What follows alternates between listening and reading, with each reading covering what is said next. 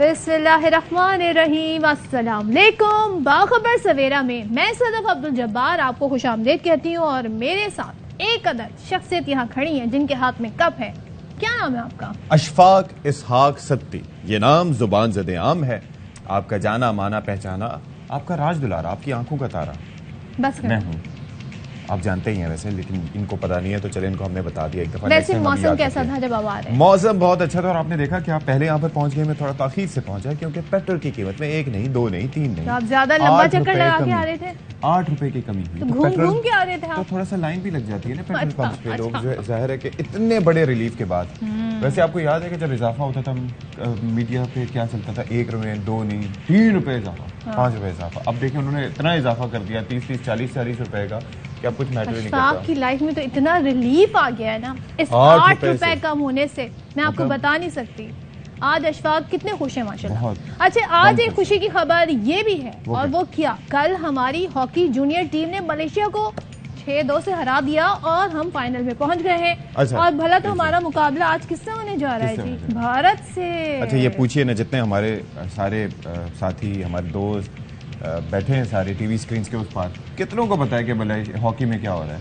हालांकि हमारा कौमी खेल है। जो हमारी जो जीत होती है ना वो सेलिब्रेट करने के लिए होती है, और अगर हमारी टीम आगे बढ़ी तो आपने जी उनको सपोर्ट करना है। ये हमारा कौमी खेल है। ऑलवेज रिमेंबर कि भारत में इतना ज्यादा उसको प्रमोट किया जाता है, सराहा जाता है, लोग उसके फैंस हैं। हालांकि वहां पर भी सहूलियात का फुकदान है, इश्यूज हैं, लेकिन हमारा कौमी खेल है। तो ऑब्वियसली एक चीज बड़ी इंपॉर्टेंट है कि जब आप परफॉर्म करते हैं, जब आप अच्छी कारकर्दगी दिखाते हैं तो फिर ऊपर भी जाते हैं। और देखिए हम सिर्फ ये नहीं, हम सिर्फ क्रिटिसाइज की बात नहीं हो रही। हम जब हमारे यहाँ मुख्तलिफ स्पोर्ट्स से पर्सनालिटीज, बच्चियाँ आते हैं, प्लेयर्स आते हैं, वो बताते हैं उनको फैसिलिटीज नहीं है, तो जी फैसिलिटीज भी प्रोवाइड करें। बड़ा टैलेंट है इस मुल्क में, बहुत टैलेंट है जिसका कल हमने मुजाहरा देखा, और इंशाल्लाह अजीज आज भी हम जीतेंगे, मेरी प्रेडिक्शन है। अगर आपने फैसिलिटीज दी तो हो सकता है मैं भी हॉकी खेलना शुरू करता हूँ। रियली?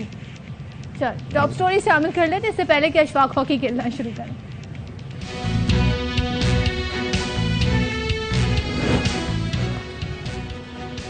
वजीर खजाना इसहाक डार का पेट्रोलियम मसनूआत की कीमतों में कमी का ऐलान। पेट्रोल 8 रुपए कमी के बाद 262 रुपए फी लीटर हो गया।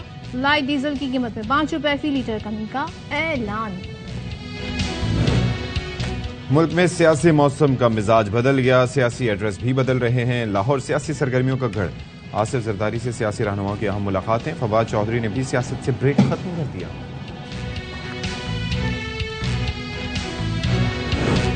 मुफ्त आटा स्कीम में मुबैना करप्शन का मामला। नैब ने तहकीकात का दायरा कार बढ़ा दिया।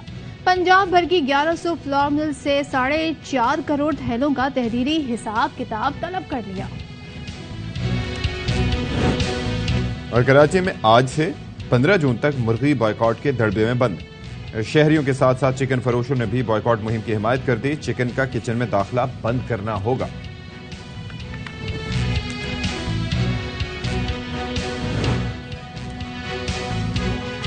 जो आपने आखिरी खबर सुनाई है उसके बाद बेचारी मुर्गियां कितनी खुश होंगी ना।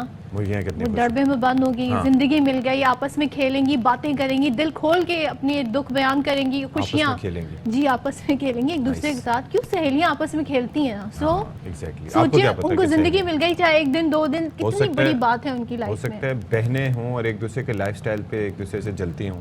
बहनें जलती हैं, वो सिंड्रेला वाली बहनें होती होंगी, हमारी बहनें तो नहीं जलती। नहीं जलती ना जी, ये बताती नहीं थी।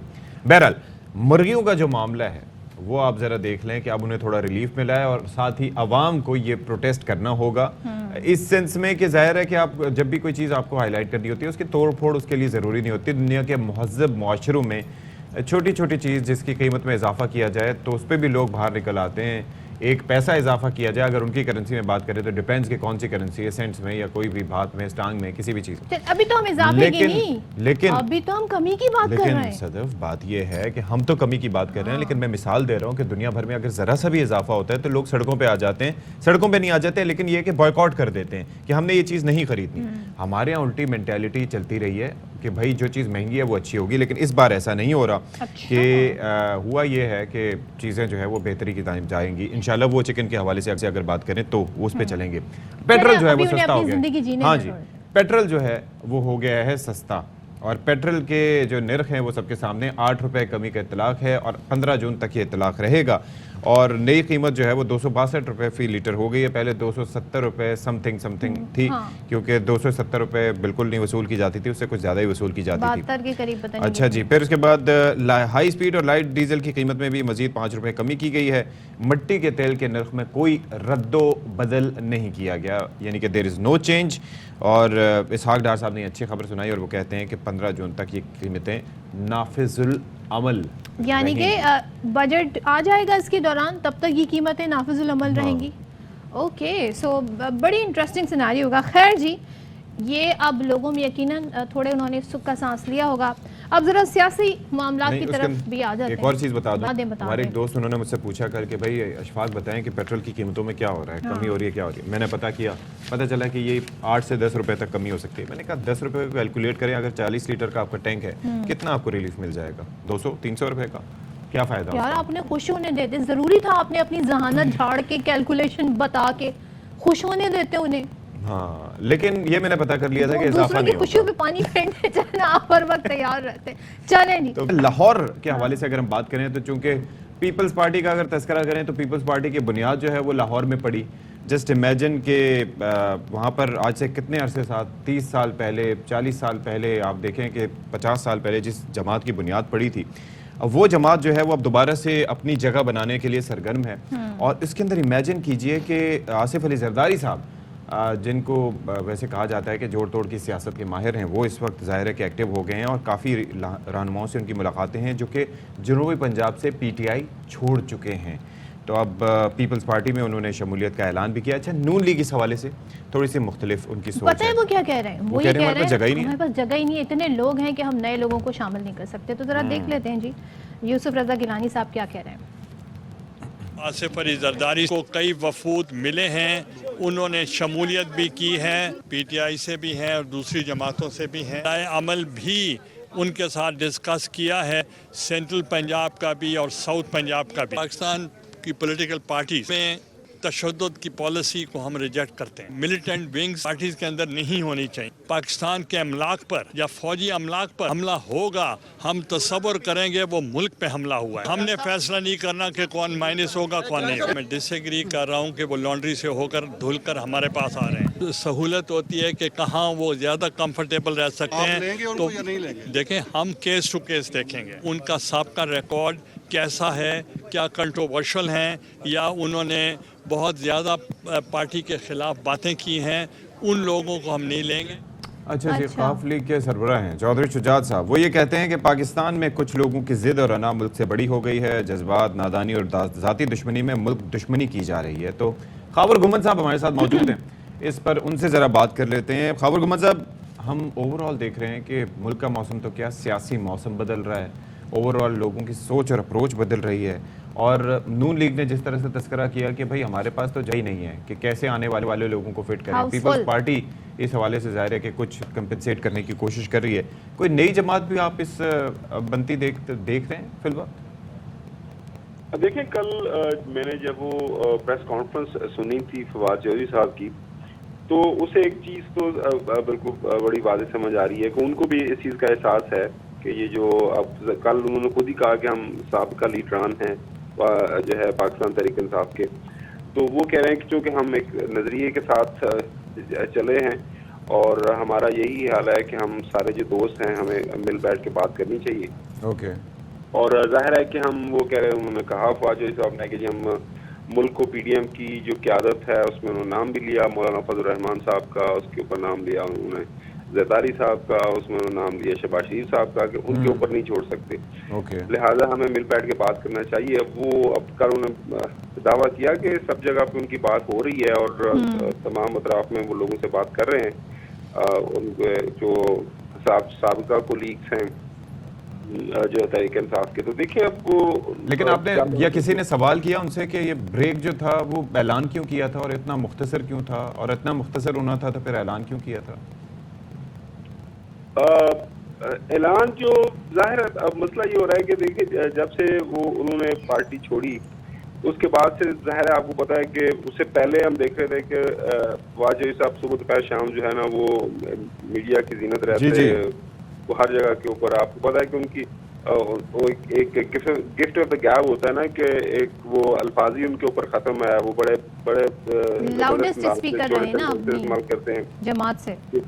जी जी, तो वो लाइक तो मेरे ख्याल में शायद वो भी मीडिया में मिस कर रहे थे, और जाहिर है वहाँ पे वो गए, उन्होंने शाह कुरैशी साहब से उन्होंने कहा जी हम मिल के आए हैं, और बाकी वो इस तरह का उनका इरादा है, तो वो इरादा उन्होंने जाहिर किया अपना, जो होता है ना कि नीयत उन्होंने अपनी बांध ली है। अब उसके अंदर ख्वाजा चौधरी साहब किस हद तक कामयाब होते हैं, क्योंकि जो अभी आपने बुनियादी सवाल किया ना, ये उनको भी पता है कि ना कि किसी और जगह उनकी जगह बन रही है, हाउसफुल है हर जगह, और ना ही कहीं कोई उनकी एक्सेप्टेंस होनी है, लिहाजा उन्होंने अपने को लाइक माइंडेड लोगों को साथ मिला के बैठ के आगे बढ़ना है। अब वो किस तरह वो अपना ये नया सफर शुरू करेंगे, उन्हें सियासत तो करनी है ना, देखते हैं जी क्या रुख होता है।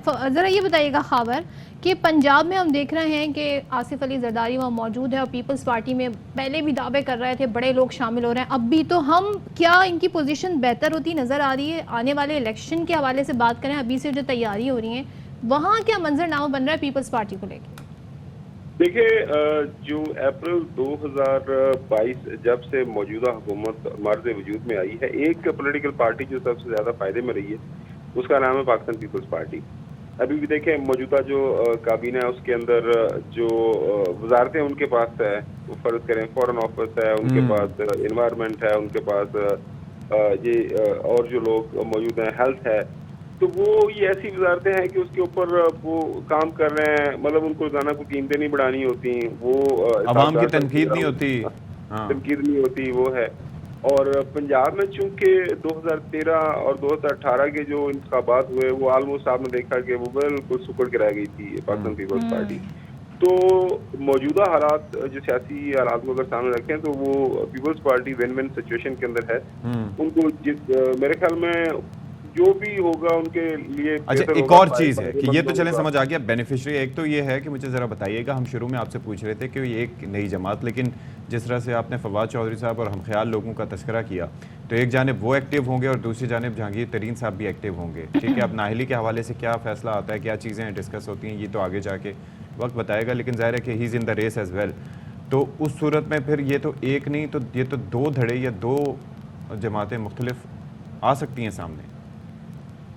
देखिए, जो मौजूदा हालात है उनको सामने रखें तो आपकी असेसमेंट से मैं बिल्कुल एग्री करूंगा कि बिल्कुल इस तरह के हालातों का क्या बन सकते हैं।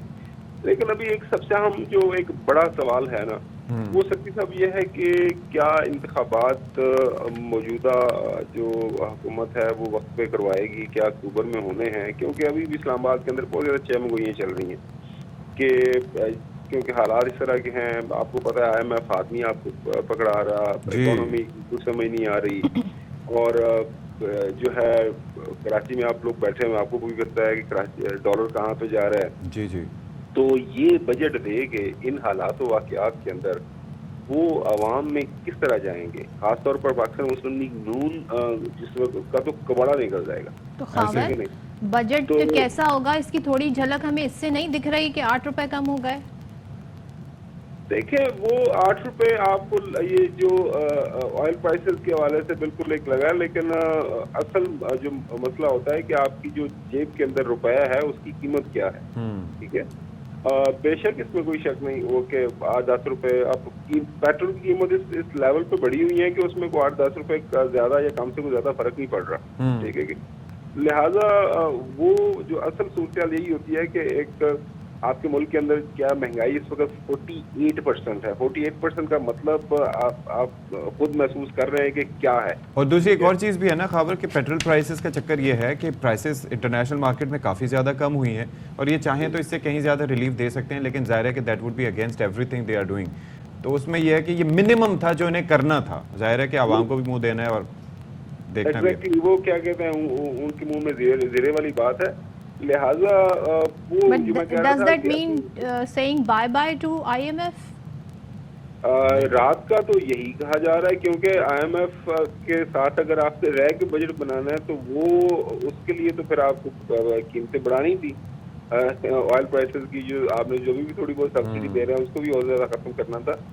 लिहाजा अभी बहुत ज्यादा इफ्स एंड बट्स हैं, और जो मैं थोड़ी बहुत सियासत को समझ रहा हूँ, आने वाले दिनों के अंदर, जिसे अंग्रेजी में कहते हैं ना कि week is a long time in politics, और एक किसी टाइम कुछ भी हो सकता है। और पाकिस्तान के जो इस वक्त जो कश्ती सियासी जिस बमरों में फंसी हुई है, हमारी जो सियासत जो बमरों के अंदर फंसी हुई है, मुझे लगता है अभी काफी ज्यादा आने वाले दिनों के अंदर आप इसके मद्देनजर आपको जो है देखने को मिलेंगे।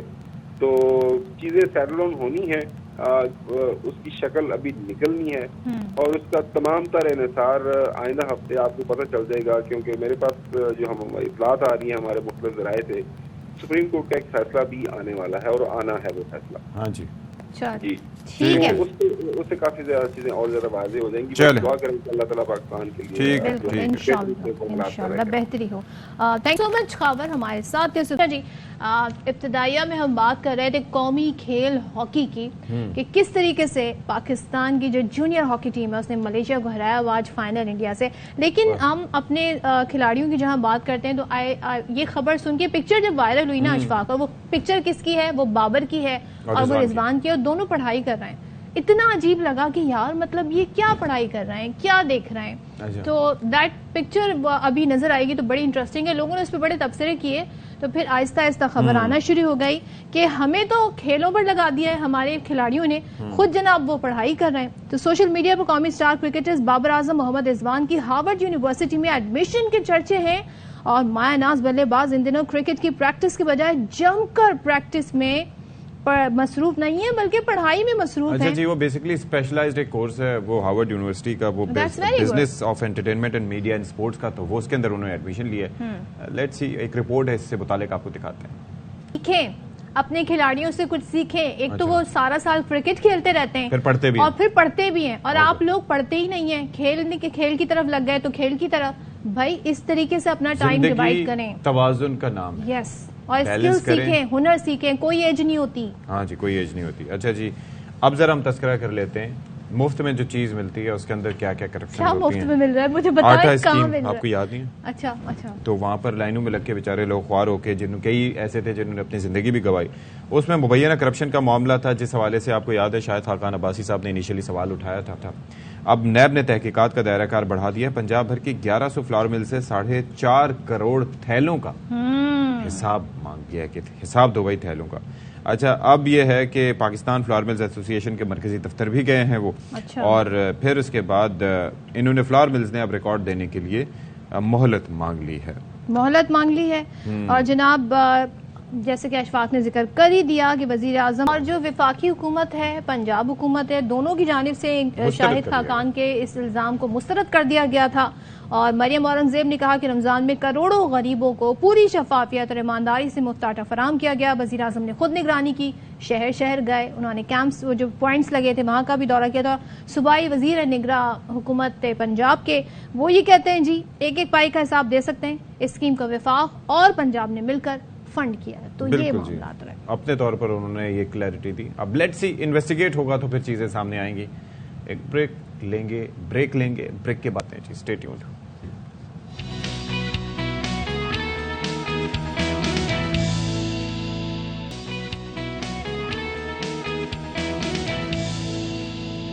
वेलकम बैक वंस अगेन जनाब। और बहुत सारे लोग हैं जिन्हें चिकन बहुत पसंद है और वो उसके अलावा कुछ और खाते नहीं है, उनके लिए बुरी खबर है। बुरी खबर यह है कि जी अब मुर्गी बॉयकॉट दरबे में बंद हो गई है। कराची में आज से चिकन की बॉयकॉट की मुहिम शुरू हो गई है। शहरियों के साथ साथ चिकन फरोशों ने भी इस मुहिम की हिमायत कर दी है। आप हिमायत करेंगे इस मुहिम की? इस मुहिम की मैं भाई ये डिपेंड्स कि मुझे कितनी पसंद है, मेरा कितना दिल कर रहा है। तो मैं जिस दिन मेरा दिल नहीं करेगा उस दिन मैं हिमायत करूंगी, जिस दिन मेरा दिल करेगा खाने का उस दिन मैं नहीं करूंगी। या ये तो कोई बात नहीं, कमिटमेंट कोई क्या कमिटमेंट यार, खाने पीने में क्या नारा चले, नारा बॉयकॉट फ्रिज भर के आप बॉयकॉट का नारा लगा सकते हैं। तो खैर सारे पोल खोल दें, मतलब बातों में आप मुझसे उगलवा लिया आपने। खैर इशरत हमारी नुमाइंदा मौजूद है, इशरत खान उनसे भी बात करेंगे, लेकिन आपको ये बताएं कि जी ये मुहिम शुरू हुई है क्योंकि जी कीमतों को पर लग गए हैं। भाई पर क्या लग गए यार, पर तो वैसे ही होते हैं मुर्गी, कोई मैनेज करने वाला नहीं है, पूछने वाला नहीं है। एक दिन 430, अगले दिन 460, क्या रेट होता है, किस वजह से। तो इशरत खान हमें बता रही हैं कि क्या सूरत हाल रहेगी। इशरत बताइए जरा कि ये जो रेट हैं ये कहाँ तक पहुंचे और ये अचानक बॉयकॉट का ख्याल किसकी जानिब से आया, किसका कौन कौन इस पे अमल करेगा, आइडिया किसका था, और जिसका आइडिया था क्या उन्होंने अपने फ्रिज तो नहीं भरे?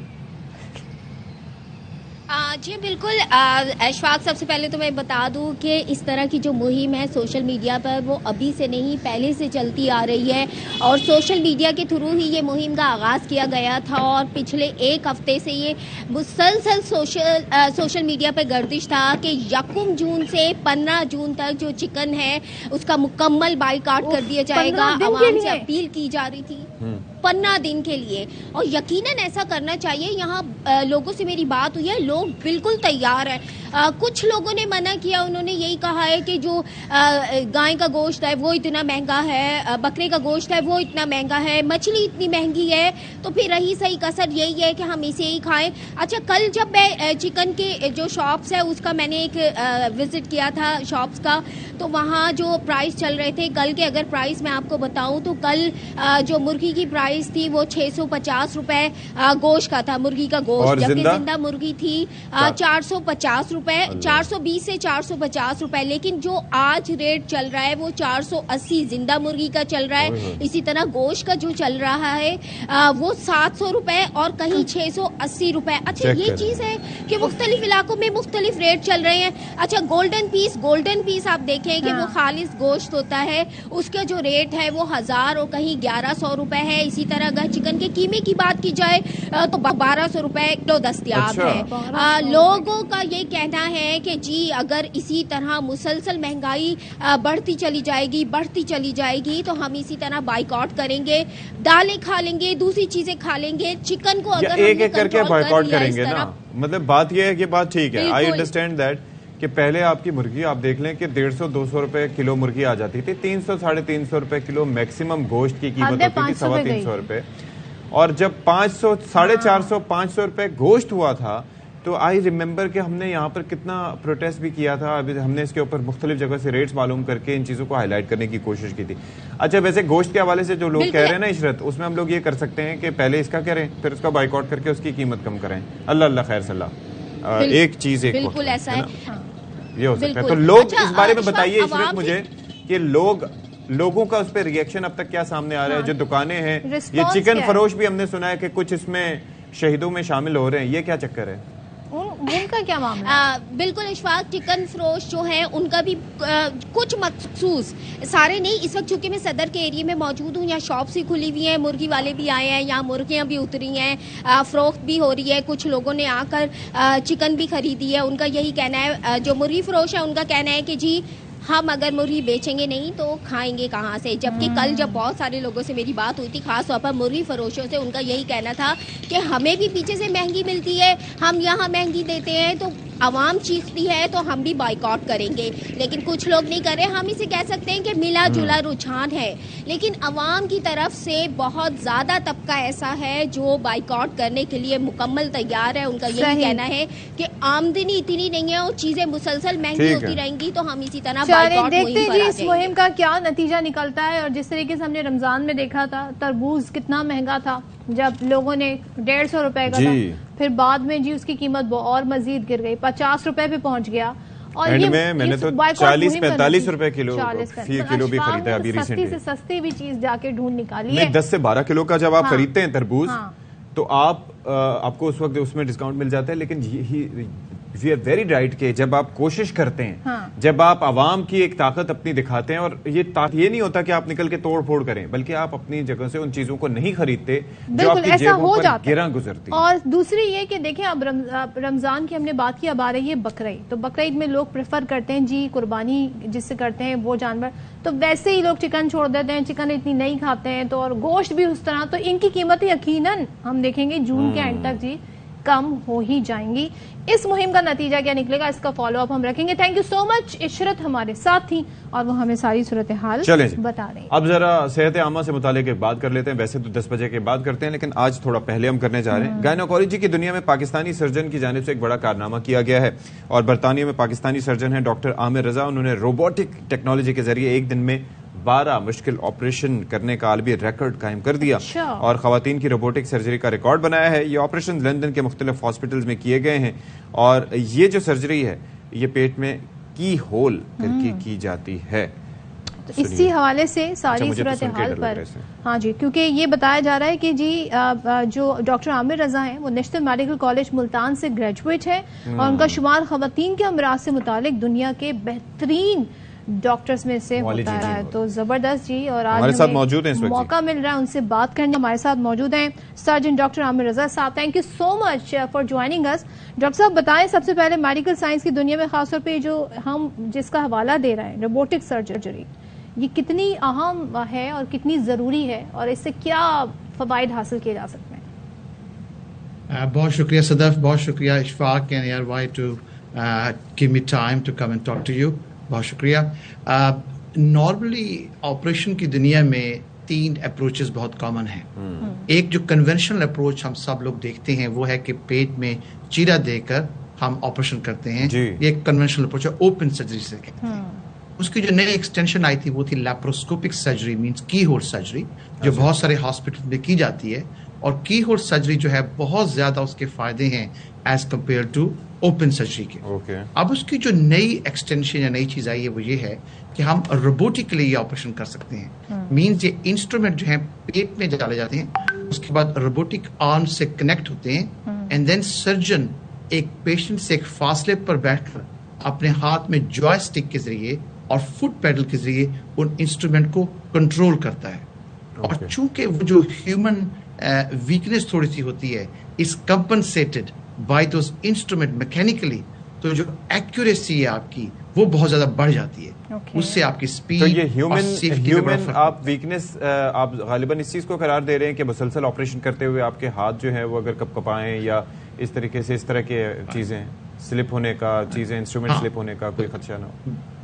बिल्कुल इशफाक, ऐसे है कि जब लैप्रोस्कोपिक सर्जरी होती है तो लैप्रोस्कोपिक सर्जरी डॉक्टर्स करते हैं, वंडरफुली करते हैं। हम सब as a laparoscopic surgeon trained हुए हैं and everybody works excellent and in very safe manner as well. लेकिन एक नेचुरल चीज है कि जब मैंने हाथ से इंस्ट्रूमेंट पकड़े हुए हैं और मैं एक स्क्रीन पे देख रहा हूँ 2D व्यू, नॉट 3D और 4D, when I can look at the depth actually. तो इवन दो डॉक्टर वर्क के साथ बहुत एक्सपीरियंस हो जाते हैं, लेकिन एक ह्यूमन फैक्टर है। और वो जो ह्यूमन फैक्टर है, जो वीकनेस है, रोबोटिक आर्म्स ने मैकेनिकली उसको कंपनसेट किया है इतने एक्सीलेंट तरीके से कि जो ऑपरेशन की स्पीड है, उसकी सेफ्टी है, एक्यूरेसी है, वो बहुत ज्यादा बढ़ गई। तो आपने कहा कि आपने कहा कि there are less risk factor in robotically जो सर्जरी की जाती है उनमें, तो जो is there any risk factor involve अगर रोबोटिक सर्जरी भी की जाती है? इस टेक्नोलॉजी के फायदा उठाया जा सकता है क्या? यहाँ भी कुछ है रिस्क फैक्टर? रिस्क फैक्टर किसी भी ऑपरेशन जब भी हम करेंगे उसमें रिस्क फैक्टर होंगे। उसमें रिस्क फैक्टर इंजरी के भी होंगे, इन्फेक्शन के भी होंगे। लेकिन जो फायदा हमने अब रोबोटिक सर्जरी में देखा है, क्योंकि जो व्यू है आपका वो बहुत हाई रेजोल्यूशन व्यू है, 3D व्यू है, तो उससे आपको छोटे छोटे स्ट्रक्चर जैसे नर्व्स हैं, ब्लड वेसल्स हैं, दूसरे स्ट्रक्चर्स हैं, वो बड़े क्लियरली नजर आते हैं। अच्छा, ये मेरा बड़ा सवाल होता था, ये मेरे जहन में एक बड़ा सवाल होता था कि आप इतना कॉम्प्लेक्स ऑपरेशन जब कर रहे होते हैं, कोई भी सर्जरी कर रहे हो, उसमें छोटी छोटी वेन्स होती हैं, बाज़ औक़ात ब्लड को आप ज़ाहिर है रोकने के लिए बड़ा कुछ करते हैं, लेकिन जब ब्लड फ्लो कर रहा हो तो एट टाइम्स कभी कभार गलती हो जाती है, और वो छोटी सी गलती अगर हो, ना चाहते हुए भी हो, तो उसके नुकसान बड़े होते हैं। लेकिन ये अगर इतना क्लियर व्यू है तो उसके अंदर ये चांसेस तकरीबन कोई 70 to 80% कम हो जाते होंगे, ये इससे भी ज़्यादा? चांसेस सिग्निफिकेंटली कम हो जाते हैं। इवन दो लैप्रोस्कोपिक से लोग करते हैं तो ऑब्वियसली उनको तब इजाजत मिलती है जब वो उस काम को करने में कॉम्पिटेंट होते हैं, और डॉक्टर फिर ड्यूरिंग द डिसीजन ऑपरेशन फैसला करता है कि कितना डीप जाना है, कैसे उसने। अच्छा, ये की होल सर्जरी थोड़ा सा इसको हमारे नाज़रीन के लिए और हमारे लिए थोड़ा एक्सप्लेन कीजिएगा कि व्हाट एग्जैक्टली इज दैट? की होल का नाम क्यों दिया? क्योंकि मुख्तसर उसके अंदर इन्वेजन होती है। ठीक है, बिल्कुल। देखें, जो कन्वेंशनल है वो सिजेरियन, मैं आपको मिसाल दूंगा ओपन सर्जरी की, जैसे लोग सिजेरियन सेक्शन होता है और हम पेट पे चीरा देते हैं, कैसे ओपन सर्जरी। की होल का मतलब ये है कि हम चीरा देने के लिए छोटे छोटे सुराख 6 to 7 मिलीमीटर सुराख से पेट के नाफ के जरिए और पेट के अंदर छोटे छोटे सुराख से सारा ऑपरेशन करते हैं। इसका मतलब है कि इस छोटे सुराख की वजह से ऑपरेशन से पेशेंट सेम डे घर जा सकता है। नॉर्मल ऑपरेशन में आप 2, 3, 4 नाइट हॉस्पिटल में रहते हैं जब तक ठीक होता है, लेकिन की होल सर्जरी में पेशेंट सेम शाम को या एक रात के आम के बाद घर जा सकता है। इसी वजह से जो की होल या उसको कन्वेंशनली लैप्रोस्कोपिक सर्जरी कहते हैं, उसमें रिकवरी बहुत जल्दी होती है, पोस्ट ऑपरेटिव पेन बहुत कम होता है और फिर उसमें रिस्क ऑफ इन्फेक्शन बहुत कम है। जब बड़ा कट पेट पे आएगा उस पर इन्फेक्शन भी होगा, दर्द भी होगा, सब चीजें होंगी, लेकिन छोटा सा सुराख लिटरली 7 मिलीमीटर जब आप करेंगे तो उससे इन्फेक्शन का रिस्क भी कम होगा। लेकिन एक चीज मुझे बताइएगा कि यही चीज जो है जो मैं जानना चाह रहा हूँ, ये गायनोकोलॉजी में भी यही तरीकेकार होगा, 6-7 मिलीमीटर के छोटे छोटे सुराख? बिल्कुल बिल्कुल। सो लैप्रोस्कोपिक सर्जरी गायनेकोलॉजी में भी है, यूरोलॉजी में भी है, जनरल सर्जरी, और स्पेशलिस्ट करते हैं अपने अपने फील्ड के अंदर। गायनेकोलॉजी के अंदर जैसे हमारी डिजीजेस हैं एंडोमेट्रियोसिस, जिसमें खवातीन को बहुत ज्यादा पेल्विक पेन्स और पीरियड पेन्स होते हैं, इंतहाई सीवियर डिजीज है, या बिग लार्ज फाइब्रॉइड यूट्रस, या जैसे हिस्टेरेक्टमी यानी बच्चादानी को निकालना, ये तमाम ऑपरेशन जो है कन्वेंशनली ओपन कर सकते हैं, जिससे रिस्क बढ़ता है इन चीजों का। लेकिन की होल या आप रोबोटिक करें जैसे हमने किया यहाँ पर, तो उसके बहुत ज्यादा फायदे हैं, जैसे मैंने पहले। तो ये बताइएगा, अब ये दुनिया में कहाँ कहाँ इस टेक्नोलॉजी का फायदा हो रहा है? पाकिस्तान में इस तरह के ऑपरेशंस हो रहे हैं और आर दे कॉस्टली?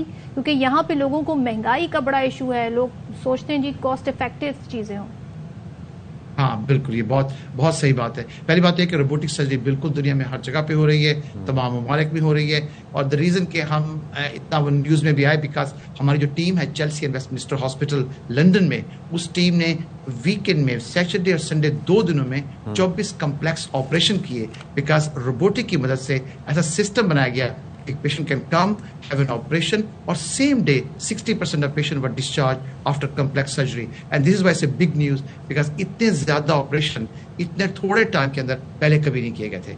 वरना रोबोटिक सर्जरी जो है पाकिस्तान में कराची में गलबन 1 हॉस्पिटल है, लाहौर में 1 या 2 हॉस्पिटल है जहां रोबोटिक सर्जरी अब शुरू हो रही है। रोबोटिक सर्जरी शुरू में महंगी जरूर होती है, इसका जो सिस्टम इंस्टॉल करना है, लेकिन इसके जो फवायद हैं वो बहुत ज्यादा है। उसकी मिसाल मैं ये दूंगा कि अगर आप एक दिन में 10 ऑपरेशन करते हैं और 10 के 10 मरीज हॉस्पिटल के अंदर 2 से 5 महीनों तक रहते हैं, उसके अखराजात फैमिली के लिए भी हैं, हॉस्पिटल के लिए भी हैं और सिस्टम के लिए भी हैं अगर गवर्नमेंट पे कर रही है।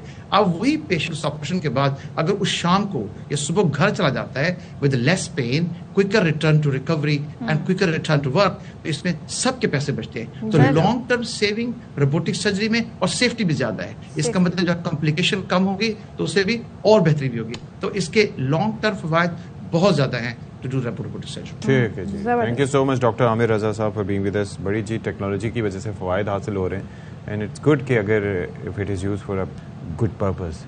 Will take a break here.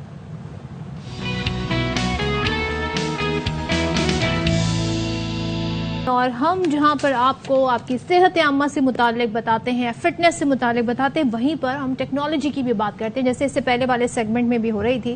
तो अभी जरा आपको बताएं, आपके घर में कौन सी ऐसी चीज नहीं है जिसमें बैटरीज का इस्तेमाल ना होता हो या उन्हें चार्ज ना किया जाता हो? मोबाइल से लेके रिमोट से लेके एवरीथिंग, बल्कि आलात के बगैर मोबाइल फोन है, उसको चार्ज करना है, उसकी चार्जिंग की फिक्र, एयरपॉड है उसे चार्ज करना है, एयरपॉड हो उनको चार्ज करने की फिक्र, कोई भी ब्लूटूथ डिवाइसेस हो उनको चार्ज करने की फिक्र, पंखा जो है वो अगर हो तो उसको चार्ज करने की फिक्र, यूपीएस की बैटरी चार्ज करने की फिक्र, रिमोट्स हो एसी का या किसी भी चीज का उसको चार्ज करने की फिक्र। इनके ये बैटरी ऐसे करते हैं अशफाक, जब रिमोट नहीं चल रहा होता उसे पटकते हैं, चेक करते हैं, फिर दोबारा लगाते हैं। Everybody does that. मैं तो सेल निकाल के उनको यूं अच्छा, ये मैं सोच रही थी शायद I am the only person. नहीं, तो अब ये है कि ऐसा जाहिर है कि ये मुश्किल पेश आती है, लेकिन इसका हल क्या है? अच्छा, आपके जहनों में भी ये सवाल आता होगा कि भाई कोई मुतबादल ऑप्शन है, क्या हो सकता है इस हवाले से? तो अच्छी खबर यह है कि एक पाकिस्तानी पीएचडी स्कॉलर ने इस मुश्किल को मुस्तकिल तौर पर ख़त्म करने के लिए एक प्रोजेक्ट पर काम कर रहे हैं। अच्छा, रावलपिंडी से इनका ताल्लुक है, रिसर्च स्कॉलर हैं अबू बकर, इस वक्त बैटरी फ्री डिवाइसेस बनाने के मिशन पर तेजी से कामजन हैं और वो ये कहते हैं कि ये डिवाइसेस न सिर्फ बैटरी के अलावा दीगर जराए से तवानाई हासिल करने की सलाहियत रखती होंगी बल्कि माहौल दोस्त भी होंगी। गाड़ी की बैटरी से भी जान छूट जाएगी। हाँ, चेक करें। हाँ? तो हमारे साथ इस वक्त मौजूद हैं पीएचडी स्कॉलर अबू बकर, उनसे मजीद बात करते हैं। बहुत शुक्रिया जी, आपने हमारे लिए वक्त निकाला। सबसे पहले तो ये बताइएगा कि ये ज़ाहिर है कि आइडियाज़ तो हर किसी के जहन में होते हैं, मतलब हमारे जहन में तो झंझट होती है कि कैसे इससे जान छुड़ाएं। आपके जहन में ये डिवाइसेस बनाने का आइडिया कैसे आया और काम इस पर कब शुरू किया आपने? जो टेक्नोलॉजी तरक्की कर रही है, जो नंबर ऑफ डिवाइसेज हैं वो हमारे इर्द गिर्द बहुत ज़्यादा बढ़ती जा रही हैं। अभी भी ऑन एवरेज जो पर पर्सन डिवाइसेज हैं दुनिया में वो तकरीबन 5 के करीब हैं। मतलब इसका ये है कि एक बंदा तकरीबन 5 डिवाइसेस ओन करता है। जिसकी मैं मिसाल आपको ऐसे दूंगा कि आपके पास स्मार्टफोन है, अक्सर लोगों के पास लैपटॉप होता है, कुछ लोगों के पास मल्टीपल फ़ोन्स होते हैं, फिर टीवी रिमोट है, टॉयज़ हैं। इस तरह घर में जितने भी छोटे मोटे गैजेट्स हैं वो सब जो है वो उनमें बैटरीज यूज़ होती हैं। तो ये डिवाइसेस, नंबर ऑफ़ डिवाइसेस वक्त के साथ साथ जो है वो बढ़ती जा रही हैं और आजकल सस्टेनेबिलिटी भी बहुत ज़्यादा फोकस हो रहा है। इसकी वजह से इलेक्ट्रिक व्हीकल्स वगैरह भी मार्केट में बहुत आ रही हैं। तो ये सारी डिवाइसेस, इनमें जो बैटरीज हैं वो एक मेटल यूज़ करती हैं, लिथियम, जो कि दुनिया में कम मिकदार में है डिमांड को मद्देनज़र रखते हुए।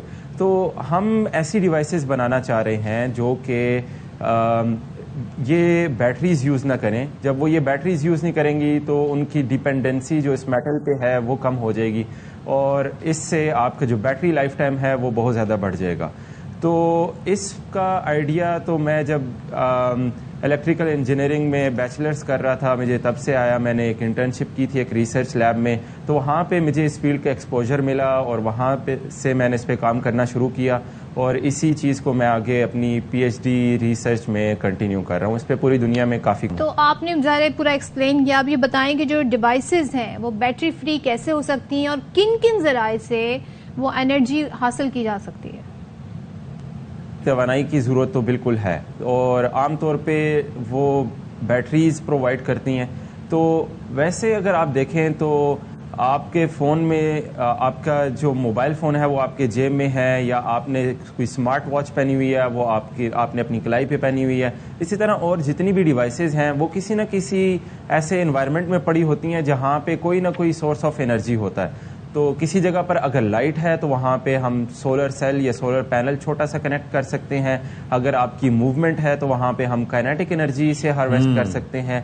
अगर किसी जगह पे टेम्परेचर बहुत ज़्यादा है और वहाँ पे हम थर्मोइलेक्ट्रिक जनरेटर, छोटे छोटे जनरेटर्स होते हैं, वो यूज़ कर सकते हैं। तो इस तरह से हम डिवाइसेस को एक तो छोटा भी कर सकते हैं और जिस एनवायरनमेंट में डिवाइसेस हैं वो वहाँ के हिसाब से हम डिसाइड कर सकते हैं कि हमने किस सोर्स से एनर्जी लेनी है। जी ज़बरदस्त, बहुत शुक्रिया अबू बकर, आप हमारे साथ मौजूद थे।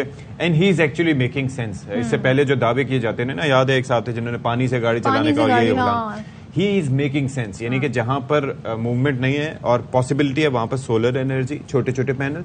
अगर जहाँ पर हाथ आपका मूव कर रहा है तो आपकी काइनेटिक एनर्जी उसमें यूज हो सकती है and that itself is a form of energy, और जो कि ऑलरेडी मुख्तलिफ जगहों पे यूज होती है। तो बहरहाल बड़ा मुफीद काम है। I am more interested in final product. ठीक है, ब्रेक लेते हैं, ब्रेक के बाद आते हैं।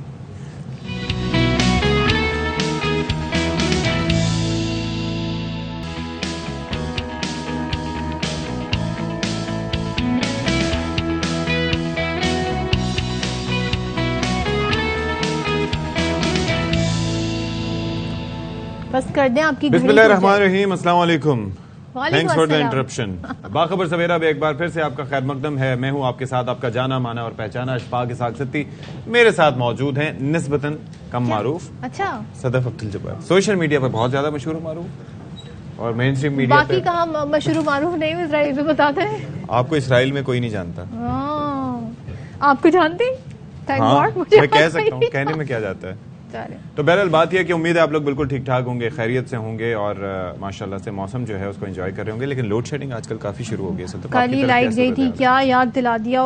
थोड़ी सी मैंने कहा नैप ले लूं तो उसके बाद लाइट चली गई। बस फिर मेरा मूड खराब हो गया, नींद भी उड़ गई, फिर मैं जागती रही। तो ये जी गर्मियों की सौगात है, जहाँ पे गर्मी आती है वहाँ लोड शेडिंग भी साथ साथ चली आती है।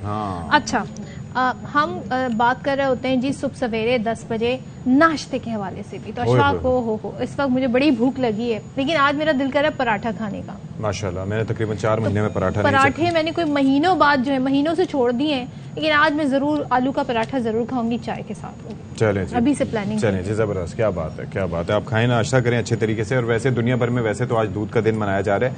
अच्छा, बेसिकली बड़ी रिक्वायरमेंट है, अगर खालिस दूध आपको मिल जाए तो क्या ही बात है, आपकी जिंदगी उससे आसान हो सकती है। तो इसके हवाले से भी आज के शो में हम बात करेंगे, लेकिन पहले हम नजर डाल लेते हैं जरा टॉप स्टोरीज पे।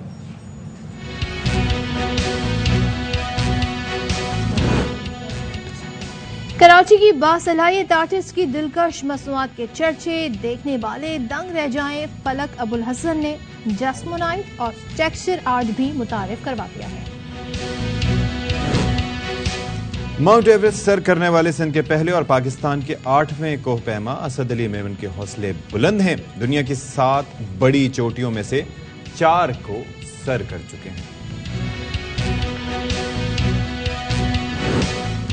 और दुनिया भर में आज मिल्क डे मनाया जा रहा है। दूध न सिर्फ मजबूत हड्डियों, मजबूत दांतों के लिए जरूरी है, बल्कि कैल्शियम और पोटेशियम का भी बड़ा जरिया है। तो आज हम, क्योंकि आपको बहुत सारी चीज़ों की इंफॉर्मेशन भी दे रहे होते हैं, तो हम आज आपको मिलवा रहे हैं कराची की एक रीजन आर्टिस्ट से जो इंतहाई महारत और नफासत से खूबसूरत प्रोडक्ट्स तैयार करती हैं, फनपारे तैयार करती हैं और हाथ से ये मुकम्मल तौर पर बनी हुई हैं। आपके लिए बड़ी हैरानकुन होगी, दिलकश हैं, बहुत खूबसूरत हैं, क्वालिटी वाइज बहुत अच्छी हैं। और इन्होंने हाल ही में जस्मोनाइट और टेक्सचर आर्ट, ये हम इनसे जानेंगे, ये भी मुतारिफ कराया है। फलक अबुल हसन आज बाखबर सवेरा की मेहमान है और आर्ट विल बाय फलक अबुल हसन के नाम से फेसबुक, इंस्टाग्राम के पेजेस के जरिए वो अपने क्लाइंट्स को बहुत मुनासिब कीमतों पर जी ये मयारी और दीदा ज़ेब आर्ट वर्क जो है वो फराहम करती हैं। फलक ऑनलाइन क्लाइंट्स के साथ साथ कई बड़ी कंपनियों के साथ भी काम कर चुकी हैं। तो आजकल इनका ट्रेंड भी बहुत है और ये बड़े खूबसूरत हैं और सबको बड़ा तजस्सुस होगा कि ये बनते कैसे। और बेसिकली जस्मोनाइट का जिस तरह से तज़किरा किया गया, बेसिकली एक कंपोजिट मटेरियल है जो कि आर्ट्स क्राफ्ट्स में यूज़ किया जाता है और बड़े दीदा ज़ेब और खूबसूरत इसके प्रोडक्ट्स होते हैं। तो हमारे साथ स्टूडियोज़ में इस वक्त मौजूद हैं फलक अबुल हसन और उनके सोशल मीडिया मैनेजर हफ्सा बाराई। बहुत शुक्रिया जी आप लोगों का, thank you so much for being with us. तो कैसा एक्सपीरियंस रहा और when did you start basically? I started 2 years back. अच्छा, हाँ, स्टार्ट तो मैंने पहले कर लिया था, लेकिन एग्जिबिट करना मैंने फरवरी से स्टार्ट किया। एंड फिर मैंने जो है वो पहले बेसिक्स करते गए, फिर उसके बाद और उसके मजीद उसमें और डिटेल वर्क जो है वो सीखना शुरू किया। सीखते इतने हाथ तक पहुंच गए। अच्छा, बट ये तो बहुत ही नफासत। हाँ, ये जो काम है इसमें जरा से ये बता दें, इसमें जस्मोनाइट क्या है और टेक्सचर आर्ट क्या है? जस्मोनाइट तो जो है वो अभी आई गेस वो यहाँ है नहीं, स्क्रीन पे दिखा सकते हाँ, वो जो है वो एक वाइट पाउडरी फॉर्म होता है। This is the basic resin, handmade and textured. ये जो है ना, इसमें जो है वो यहाँ पर ये टेक्सचर्ड हुआ है, यहाँ पर ये हैंड पेंटेड है और पीछे और जो लेयर बाय लेयर फिर रेजन का काम हुआ है। Very very beautiful. तो ये कितना टाइम, मतलब एक प्रोडक्ट आपका जो है, अगर आप इस प्रोडक्ट की बात करें तो इट्स टेक 15 to 20 days, 15 से 20 दिन। और उसके अंदर किन किन चीजों का ख्याल रखना पड़ता है? वेदर का ख्याल रखना पड़ता है, वेदर इशू आता है इसमें, और केमिकल्स का भी ध्यान रखना होता है कि अगर टेम्परेचर ऊपर नीचे हो गया तो वो केमिकल थिक हो जाता है, कभी लिक्विडी हो जाता है। तो एक रेशो होता है, उस रेशो पर काम करना होता है। हम डिनर सेट भी के बना सकते हैं, डिनर सेट्स बनते हैं, इसकी क्रॉकरीज बन जाती हैं, आप जो दिल चाहे इससे बना सकते हैं। This is the main benefit कि आप को जो दिल चाहे आप इससे बनाएं, ये आपकी अपनी मर्जी। ये आपको एक विक्टोरियन टच, वो जो एरा था यू नो वो वाला टच जहाँ बर्तन टूटा नहीं गया। नहीं, ये बर्तन तो वैसे ही टूटते हैं, कोई भी आप बर्तन ले लें। नहीं, कोई उठाए ना कि मैंने अपने शौहर के सर पे मारना है, लेकिन ये नहीं मार सकती, ये जो है ना थोड़ा सा महंगा है। कितना एक्सपीरियंस है ना, मतलब ये तो नहीं कह सकता शौहर ने मारना है। अच्छा, तो जरा हमें बताएं ऑनलाइन इसकी कितनी डिमांड है? और ऑनलाइन तो इसकी बहुत डिमांड है, बाहर भी बहुत है और यहाँ पे भी है। यहाँ पे अभी बेसिकली थोड़ा इंट्रोड्यूस हुआ है, लेकिन बाहर जो है वो आप ओवरसीज देख लें तो इसका बहुत मार्केट है। अच्छा। और यहाँ जो है इसके प्रोडक्ट जो इसका जो रॉ मटेरियल बाय करना थोड़ा मुश्किल हो जाता है क्योंकि यहाँ पर चीजें अवेलेबल नहीं होती। हम बाहर से मंगाते हैं सारा सामान। हमारा जो रेजन आता है वो भी बाहर से आता है। हमारी जो इसकी जो छोटी मोटी चीजें होती हैं वो भी बाहर से आती हैं क्योंकि काफी चीजें हम जो कोस्टर्स बनते हैं, छोटी चीजें बनती हैं, उसमें हम छोटी छोटी चीजें लगाते हैं, वो यहाँ नहीं मिलती। नहीं मिलती। यहाँ हम पाँव तोड़ते हैं, हम इतनी मार्केट घूमते हैं, फिर भी हमें मटेरियल अवेलेबल नहीं होता। इसके अंदर फिर ये है कि जैसे कि फिर उसकी कॉस्ट काफी बढ़ जाती है। हाँ, डबल कॉस्ट हो जाती है हर चीज की। अगर आप ये सीशल देख रहे हैं, ये चीजें देख रहे हैं, ये हमें डबल कॉस्ट पड़ जाती है। अगर हम बाहर से मंगवाएंगे वो हमें कॉस्ट में आ जाता है, लेकिन अगर हम यहाँ से लेते हैं तो वो डबल कॉस्ट पड़ जाती है। सो ब्यूटीफुल, कितनी खूबसूरत है। अल्लाह, वो वाली ये जो है वो अगर आप कोई अब दे देता है ना हमें अपने कुछ प्रिजर्वेशन करने के लिए, तो वो अपने बुकेज, गजरे और ऐसी चीजें दे देते हैं कि आप प्लीज इसको प्रिजर्व करते हैं। तो वो रियल फ्लावर्स डलते हैं इसमें। सो ये रियल फ्लावर्स हैं। Can I hold it? Yes, you can hold it. ये देखें जी, ये गुलाब की पत्तियां हैं। This is so beautiful. ये प्रिजर्व हो गई हैं। तो लोग तो वो किताबों में फूल रखा करते थे, याद है? महबूब या किसी लड़की ने दिया हुआ, और उसको खोल खोल के देखते थे। अब आप ऐसे भी प्रिजर्व कर सकते हैं। लोग लॉकेट्स बनवा लेते हैं, इयररिंग्स बनवा लेते हैं, इसकी बहुत सारी रिंग्स बनवा लेते हैं, बहुत चीजें बनती हैं। इसके अंदर तो ये मेरे ख्याल में महबूब को भी प्रिजर्व किया जा सकता है। हाँ, पिक्चर्स हो सकती है महबूब की पिक्चर। अच्छा, इसमें आपने कहा केमिकल्स यूज होते हैं। Let's be serious. ओके, तो ये रीजन है बेसिकली। तो कोई खतरनाक केमिकल भी है, उससे बचना भी जरूरी होता है। एग्जैक्टली, वो जो है आपकी इसकी प्रिजर्वेशन इसका ये होता है कि आपने जब ये काम करना है तो you have to wear gloves, mask होता है इसका, ठीक है। और आप अच्छा, क्यों फ्यूम्स वगैरह भी होते हैं? फ्यूम्स, और ये जो है वेंटिलेटेड रूम में होना चाहिए। There should be a separate room for this work. और आप अपने बच्चों को उससे बहुत दूर रखें। मुझे ब्रेकिंग बैड एकदम ज़हन में आ गया। बच्चों को दूर रखना पड़ता है क्योंकि एक्चुअली इट्स अ लिक्विड। आप जब काम कर रहे होते हैं तो वो ये हो जाता है कि आप वो बहुत स्टिकी होता है, और वो अगर आपके हाथ में लग गया तो वो निकलना मुश्किल होता है। जमीन पे गिर गया तो उसको जमीन से निकालना मुश्किल होता है। तो you have to cover the whole room. इसका क्रिएटिव पार्ट है, वो इतना टाइम नहीं लेता। जो उसको ड्राई करना होता है वो ज्यादा टाइम टेकिंग, दोनों टाइम लेता है क्योंकि देयर इज अ टेक्निक। आप सिंपल पोरिंग पे जाएंगे तो वो फौरन हो जाएगा, लेकिन अगर आप टेक्निक्स पे जाएंगे तो इट टेक टाइम्स, क्योंकि लेयर बाय लेयर काम होगा। हमारे नाज़रीन जो देख रहे हैं उनके लिए कि आपके जो मिसाल के तौर पर यहाँ पर जो प्रोडक्ट्स आपने रखे हैं उनकी कीमत क्या है? ये तो आप समझ लें कि ये आप समझ लें ये इसमें डेज ज्यादा लगते हैं, तो ये कम से कम हमारी 9,000 10,000 तक की प्राइस है। ठीक है। ये हमारी 12,000 to 15,000 की है। और ये हमारी 4,000 की है ट्रे, और ये वाली हमारी 6,000 की है। लेकिन हमारी प्राइस रेंज 350 से स्टार्ट होती है, और फिर जिस 350 क्योंकि छोटी चीजें बनती है, की चेन्स हो गए, हम पेन्स भी बनाते हैं, हम बुक मार्क्स भी बनाते हैं। There is a lot of things. आप हमारे एग्जीबिशन पे आए तो आप देखेंगे कि we have a lot of variety. How do you help each other? I mean ये चीजें बनाती है। I am basic designer, I make things and she handles my social media. Pictures लेना, सारी चीजें, क्लाइंट्स को डीलिंग करना और वेंडर्स को डीलिंग करना वो मेरे हाथ में है, तो वो सारी चीजें मेरे डिपार्टमेंट में आती हैं। अभी एग्जीबिशन में अब तक प्रेजेंट किया है? अब मैंने की है, फरवरी से आई एम एग्जिबिटिंग, और मैंने 3-4 लोगों के साथ काम किया है। और मैंने दिस विल बी 3rd और 4th को मेरा एक और है दिलुकेट के साथ, तो वो जो है मेरा 6th होगा। ओके, तो this is something that is very creative and interesting. मैं सोच रहा हूँ I will hire a social media manager as well who will tell people that this is Ashfaq Ishaq Satti and he talks well। बातें अच्छी बनाते हैं, नहीं? Don't you think? ठीक है। अब किस मतलब कितनी सेल्फ प्रमोशन हो रही है, शेमलेस। आजकल का दौर है ना, मतलब am I wrong? नहीं, कितनी जरूरी है, क्योंकि काम करना आना और उस काम को सेल करने की कैपेसिटी रखना, they are 2 different things। So I hope कि you guys are doing well together। अच्छा, आप लोग शुरू से ही साथ हैं? हाँ, साथ का भी बताएंगे, सीखना और इतनी दोस्ती। हाँ, ये हमारी बहुत हाईलाइट होती है, ये वाली चीज। नंद बहावत, मैं Nandu and she is my partner. और जब कोई खटपट थोड़ी बहुत हो जाए नहीं होती अल्हम्दुलिल्लाह हमारा माइंड मिलता है, तो वो चीज बहुत हेल्प बिकॉज़ में ज़हन में आ जाता है बिजनेस कम्स फर्स्ट। देखिए, ऐसी भी नंद भावज होती हैं, गलत हमारे ड्रामास में पोर्ट्रे किया जाता है कि हर वक्त लड़ाई हो रही है।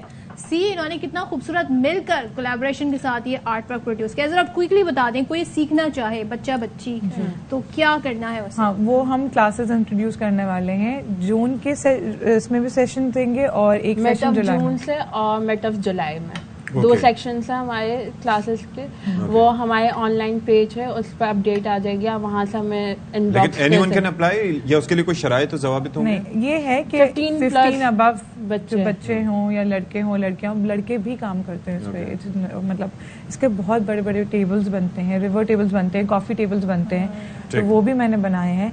तो वो भी आप सीख सकते हैं, जिसने सीखना हो। ऑनलाइन भी सीखते हैं लोग, बाहर से भी लोग सीखते हैं और यहाँ भी। लेकिन ये है कि एज जो है, हमने एक एज फैक्टर रखा है कि अबव 15 होंगे उन्हीं को लेंगे, क्योंकि ये हैंडल करना दिस इज वेरी डेंजरस। अगर आप इसको अगर सही तरह से हैंडल ना करो तो आपको नुकसान हो सकता है, आपको एलर्जीज निकल सकती है। इसकी फ्यूम्स ऐसे होते हैं कि आप जब तक मास्क ना पहने, आप मास्क ना पहने तो उसके बगैर। तो थैंक यू सो मच फलक, थैंक यू सो मच। फलक के साथ उनकी सोशल मीडिया मैनेजर मौजूद है हफ्सा बाराई। आप दोनों का बहुत शुक्रिया। नंद भावज हैं, बहुत जबरदस्त काम कर रही हैं और हम दुआ गो हैं, और जो सीखना चाहता है उनके लिए भी ऑप्शंस अवेलेबल है। सो इसी तरीके से कीप इट अप, ये काम करते हैं, जबरदस्त, बहुत खूबसूरत काम है। Thank you so much. Okay जी, चले जी, यहाँ पर अब एक ब्रेकिंग आपसे शेयर कर लेते हैं। खबर ये है कि वफाकी शरई अदालत के चीफ जस्टिस इकबाल हमीदुर्रहमान की तकरीब हल्फ बर्दारी है और चीफ जस्टिस उमर अता बंदयाल शरई अदालत के चीफ जस्टिस इकबाल हमीदुर्रहमान से हल्फ ले चुके हैं।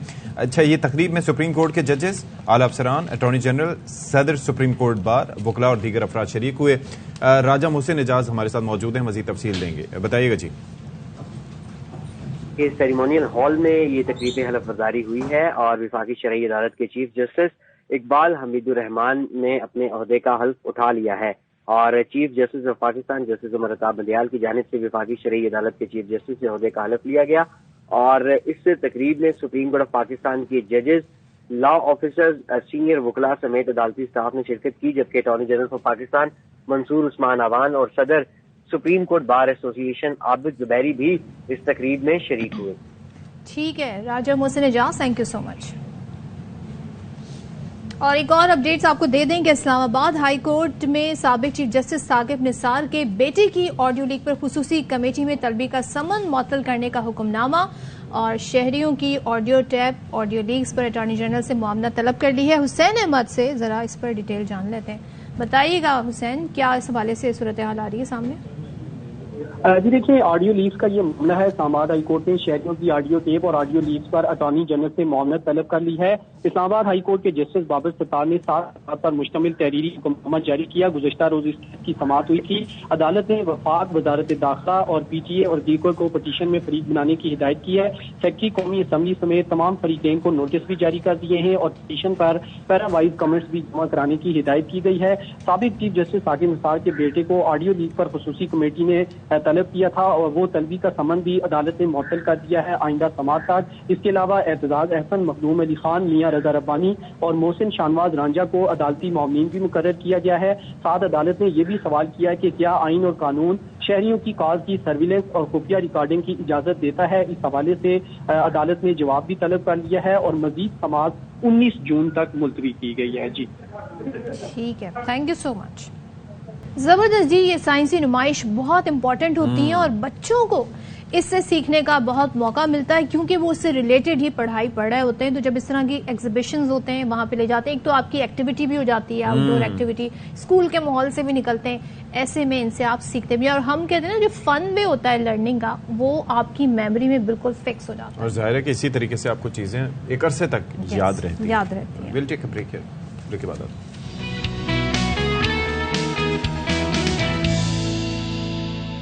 पाकिस्तानी कोपैमा दुनिया भर में छाए हुए हैं, बड़ा पाकिस्तान का नाम रोशन कर रहे हैं, नाम बना रहे हैं दुनिया के। इस जाहिर है हम देखते हैं बड़े बड़े कोपैमाओं के नाम आते हैं, ऐसे में पाकिस्तान के लोगों का नाम आना बड़ी बात है।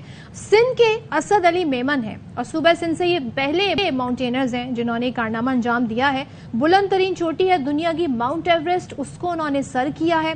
7 में से अब तक 4 बड़ी चोटियां ये सर कर चुके हैं और साथ ही बताया जा रहा है कि 848 मीटर बुलंद चोटी से उतरते वक्त बर्फ पर फिसल जाने से इनके घुटने में चोट आई है, इनके हाथ की हड्डी भी टूट गई है, लेकिन ये बहुत बाहिम्मत हैं। सिंध से मैंने जैसे बताया ताल्लुक है, अफ्रीका अमेरिका की चोटियां भी सर कर चुके हैं। अफ्रीका की बुलंद तरीन चोटी माउंट किलिमंजारो, नाम बहुत सुना होगा आपने, उसको सिर्फ 14 घंटे में सर करके इन्होंने रिकॉर्ड भी बनाया। तो इस चोटी को सर करने में कोपैमा को 1 हफ्ते तक लग जाते हैं अक्सर नॉर्मली। तो हमारे साथ इस वक्त स्टूडियोज में मौजूद हैं फ़ख्रे सिंध बल्कि फ़ख्रे पाकिस्तान असद अली मेमन। असद, बहुत शुक्रिया कि आप वक्त निकाल के यहाँ पर तशरीफ़ लाए। सबसे पहले तो ये बताएं कि मतलब आपको चोटें भी लगी हैं, आपके हाथ की हड्डी भी टूटी, हम आपको देख रहे हैं कि आपके चेहरे पर भी असरात हैं जो मौसम की सख्तियाँ थी उनके, तो कैसा रहा ये माउंट एवरेस्ट सर करने का मिशन? सबसे पहले तो thank you so much for having me on your show, it's wonderful being here. अगर चोटें ना लगें, अगर मुश्किलात ना हो, अगर चैलेंजेस ना हो, तो फिर वो उस जर्नी का मज़ा नहीं आता आपको। सो आपको लाइफ अगेन दुनिया की बुलंद तरीन चोटी है, चोटें ना लगें, चैलेंजेस ना हो, मुश्किलात ना हो, तो फिर मज़ा नहीं आएगा ना, फिर उसकी वर्थ जो है वो नहीं लगेगी। बट अगेन अल्लाह ताला का बहुत करम रहा, हमारी कौम की दुआएं, आप लोगों की दुआएं, मेरी फैमिली, मेरी वालदा, सबकी दुआएं, having all the injuries and everything, I was able to climb it. और हमने कितने साल से आप कर रहे हैं क्लाइंबिंग? 6-7 साल, अब तकरीबन 6-7 साल में से 4 भी सर कर लिया? सॉरी 4 नहीं 5। ये मेरी जो दुनिया की बुलंद तरीन चोटी थी, ये 5वीं क्लाइंब थी। इससे पहले मैं 4 कर चुका था, ये मेरी 5वीं। असद, एक चीज़ ये है कि हमारे अगर हम सिंध की बात करें तो यहाँ पर इतने माउंटेनियस रीजन नहीं है ये, ठीक है, मैदानी इलाके हैं और इतना ज़्यादा कुछ नहीं है, मिजाज मुख्तलिफ है। अच्छा, वैसे नॉर्मली जो लोग सर करते हैं, शहरोज की बात कर लें, नायला की बात कर लें, या बाकी जो सतपाराज हैं उनकी बात कर लें, तो वो पहाड़ी इलाकों में, ठीक है, सब नॉर्थ से उनका ताल्लुक है, तो वो पहाड़ों को देखते रहें, ट्रैकिंग करते रहें, हाइकिंग करते रहें, एक अलग ही उनका एक्सपीरियंस और देखते हुए। आपका सिंध से ताल्लुक, एक डिफरेंट जगह पे जाना, यू नो, आपकी बॉडी भी, वो कहते हैं कि आपके जो पहाड़ों पे रहने वाले उनके फेफड़े भी उसी हिसाब से मॉडिफाई हो जाते हैं। कैसे ये ख्याल आया कि ये करना है, और फिजिकली आपने कैसे ये पॉसिबल बनाया? मैंने इस मिथ को चैलेंज करना था सर। दिस मिथ, जो लोग born in northern areas, born in mountain areas, या जो लोग पहाड़ों पे पैदा हुए हैं, सिर्फ उन्हीं में ये एक बिल्ट इन एबिलिटी या उन्हीं में ये सलाहियत है कि वो दुनिया की बुलंद तरीन चोटियाँ कर सकते हैं। और जो लोग मैदानी इलाके जैसे मैं हूँ या जैसे दूसरे लोग हमारे सिंध से हैं, वो लोग चाहें भी तो नहीं कर सकते। तो ये एक मिथ थी जिसने मुझे इतना मोटिवेट किया कि यार let's give it a try, एक ट्राई तो करते हैं। जो लोग सदियों से ये मानते आए हैं कि यार गिलगित वाले, I am not discriminating anything, I am just, वो जैसे आपने खुद मिसाल दी कि यहाँ वाले लोग कर सकते हैं तो यहाँ वाले लोग ये सवाल इससे पहले भी आपके सामने आया। एग्जैक्टली ना। तो this is the reason, this is one of the main motivating reason जिसने मुझे पुश किया कि यार let's go for the mountaineering. Obstacle था वही आपके लिए सबसे बड़ा मोटिवेशन था। एग्जैक्टली। तो बहुत हमें तो ये हम बड़े आसानी से बता रहे होते हैं जी, फख्रे पाकिस्तान, फख्रे सिंध, यू पीपल आर, लेकिन ये बताएं कितना मुश्किल होता है, क्योंकि कई दिन लग जाते हैं इसमें। तो मैं आपको अभी रिसेंट मिसाल दे रहा हूँ क्योंकि इसको रिलेट करना बहुत आसान है। मैं अभी वापस आया हूँ नेपाल से, दुनिया की बुलंद तरीन चोटी सर करने में।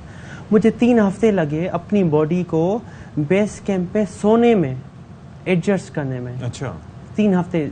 सिर्फ इमेजिन करें कि मैं कराची से निकल के मैं दुनिया की बुलंद तरीन चोटी के बेस कैंप पे पहुंचा हूँ। वहाँ का जो एवरेज टेम्परेचर था बेस कैंप पर, दैट वाज -15, -20, वहाँ पे बर्फ है। एक्लेमेटाइज करने में मुझे 3 हफ्ते लगे। मैं डायरेक्टली नहीं जा पाया।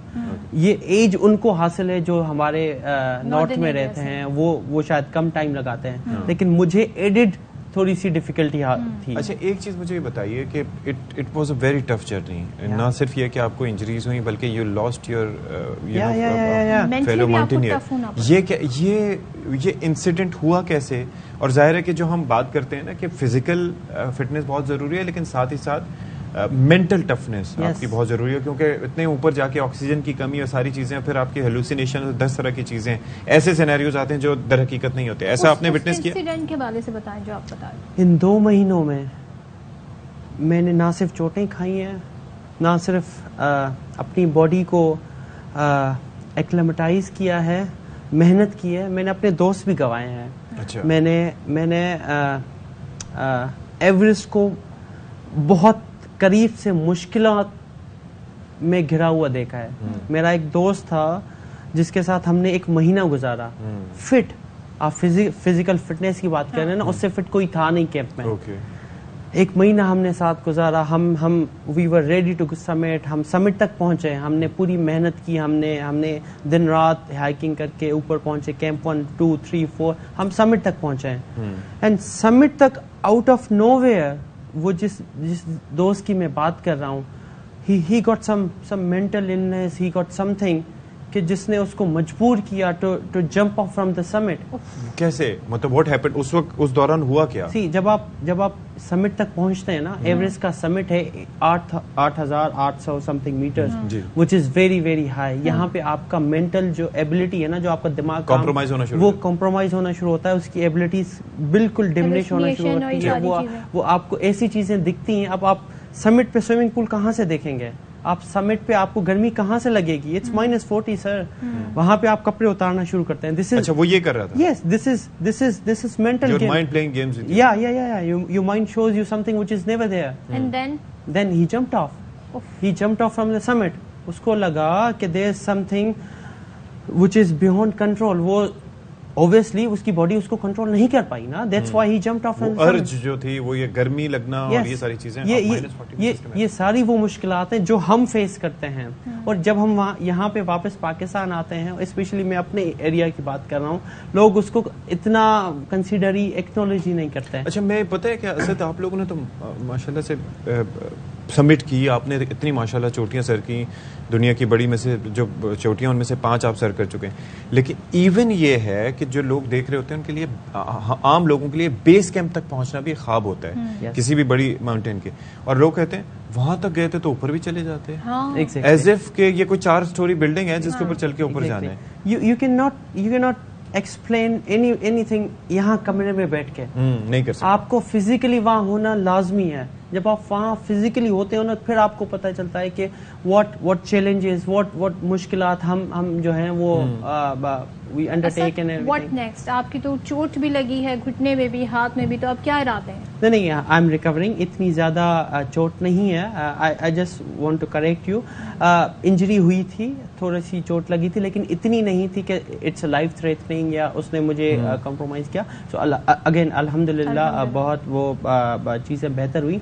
Now I am planning for another climb which is in December. आपने मेरी 7 चोटियों का जिक्र किया, जिसमें से 5 कर चुका हूँ। 6ठी मेरी जो क्लाइंब है दैट्स इन अंटार्कटिका। अंटार्कटिका वो रीजन है जहाँ पे ह्यूमन सेटलमेंट्स नहीं है, सिर्फ बर्फ दिसंबर में करेंगे। And I will go for December इंशाल्लाह। वहाँ पे -50s में टेम्परेचर होंगे। -50 -40 इज नॉर्मल देयर। उसको साउथ पोल भी कहते हैं। तो वो वहाँ पर किस अंटार्कटिका में किस the highest peak of Antarctica की कॉन्टिनेंट की माउंट विंसन उसका नाम है। और पाकिस्तान से बहुत गिने चुने लोग गए हैं। वो पाकिस्तानी ओरिजिन है। They are not even living है, कुछ लोग बाहर हैं and they have climbed it before. और so this is my upcoming goal. आपने पूछा। लास्ट थिंग, सॉरी मैं आपको कट कर रहा हूँ। Last thing, I would again like to thank people who have supported me इस जर्नी एवरेस्ट में। मैं आपके सामने बैठा हूँ, we are discussing this success. ये बहुत से लोगों के बगैर, सपोर्ट के तावन के बगैर नहीं हो पाता। And specially Murtaza Wahab sahab from the government of Sindh, उन्होंने मुझे सपोर्ट किया फॉर दिस एंटायर जर्नी।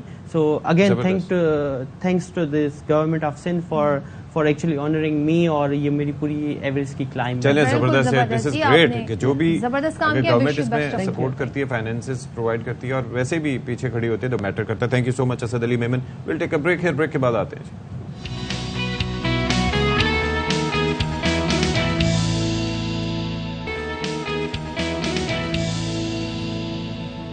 जी, तो आज दुनिया बना रही है दूध की अफादियत के हवाले से आलमी दिन। और अक़वाम मुत्तहिदा के ज़ेर-ए-एहतमाम ये दिन 1 जून 2000 को सबसे पहले मनाया गया था। यानी कि उससे पहले किसी को कोई फर्क नहीं पड़ता था कि दूध कोई पीता है नहीं पीता। देनी होती है ना, अक़वाम मुत्तहिदा ने ऐसे दिन रखे हुए ताकि लोगों को आगाही हो। अच्छा, अक़वाम मुत्तहिदा कब बना था?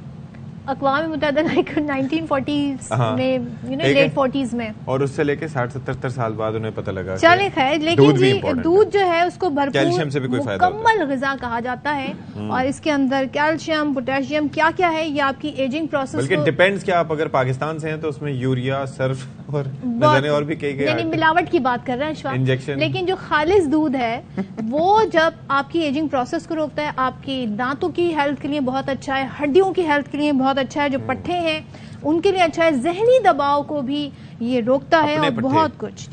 हाँ जी, पट्टे मींस मसल्स ना। अच्छा, हाँ। मैं दूसरे वाले पट्टे समझे थे। क्या बात कर रहे होते हैं अशफाक। अच्छा, हमारे यहाँ मसला ये है जी कि दूध खालिस मिलता नहीं है, इसमें मिलावट होती है, जिसकी तरफ अशफाक ने इशारा किया। तो बहुत कुछ मिला के जी खालिस दूध मिल जाए तो बड़ी बात है, लेकिन एक और मसला है, वो ये कि लोग दूध नहीं पीते, बच्चे खासतौर पर जिन्हें पीना चाहिए, जो बढ़ रहे होते हैं, ग्रोइंग होते हैं, तो दूध से चिढ़ते हैं। इस पर बात कर लेते हैं। माहिर ग़िज़ाई डॉक्टर अरीज हारून एक बार फिर से हमारे साथ स्टूडियोज में मौजूद हैं। Thank you so much Areej. मुझे ये बताएं कि जो खालिस दूध है वो अवेलेबल होता नहीं है, और जिस तरह से ये गिनवा रही थी कि जैसे मादनियात और ये कुछ मैंने भी गिनवाया उसके अंदर, तो इसकी मौजूदगी में कैसे पिए इंसान दूध? नहीं, दूध तो पीना चाहिए, अब जैसे भी फॉर्म में मिल रहा है। अच्छा, दूध जो है ना वो डेयरी नॉन डेयरी दोनों मिलते हैं। डेयरी इज जो गाय से, भैंस से, मैमल से आता है, और नॉन डेयरी होता है जो हम प्लांट बेस्ड हम निकालते हैं। सोया हो गया, आलमंड हो गया, ओट मील हो गया, कोकोनट मिल्क हो गया। अच्छा, मैं तो समझता था मिक्स हो के आता है। नहीं, वो मिक्स नहीं होता, वो नेचुरल होता है, प्लांट बेस्ड। जो वेजिटेरियंस होते हैं या जिनको मिल्क प्रोटीन एलर्जीज होती है वो लेते हैं। Which one is better?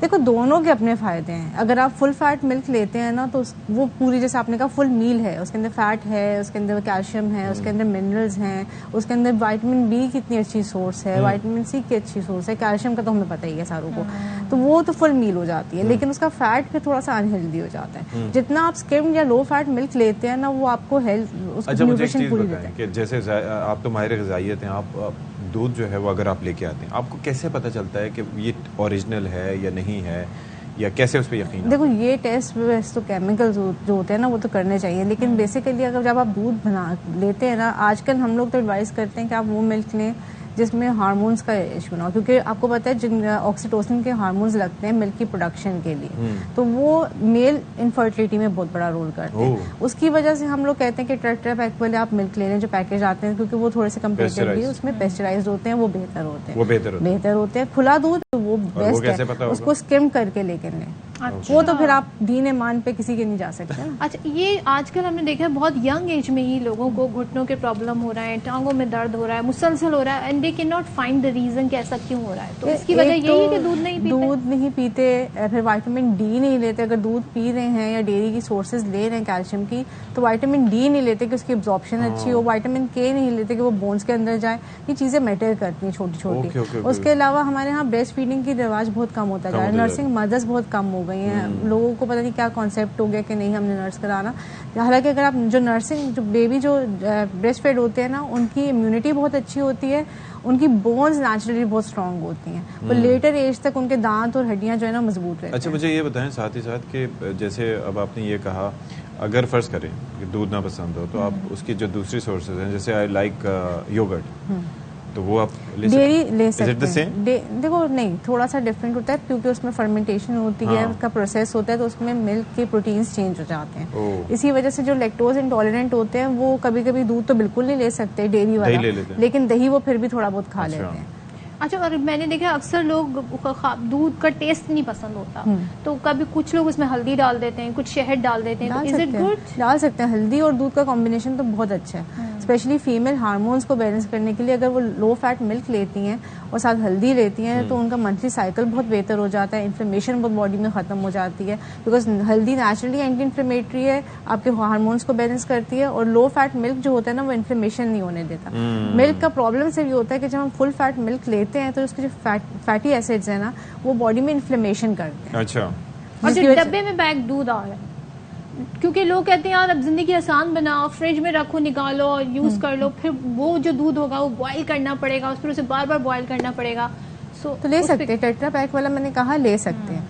अगर वो लो फैट है, आपको पता है कि क्वालिटी मिल्क है, तो आप जरूर लें और पिए जरूर। मैं कहती हूँ आपको अगर नहीं दूध का टेस्ट पसंद, आप non dairy sources of milk ले लें। नॉन डेयरी जैसे मैंने बताया, इवन बच्चे।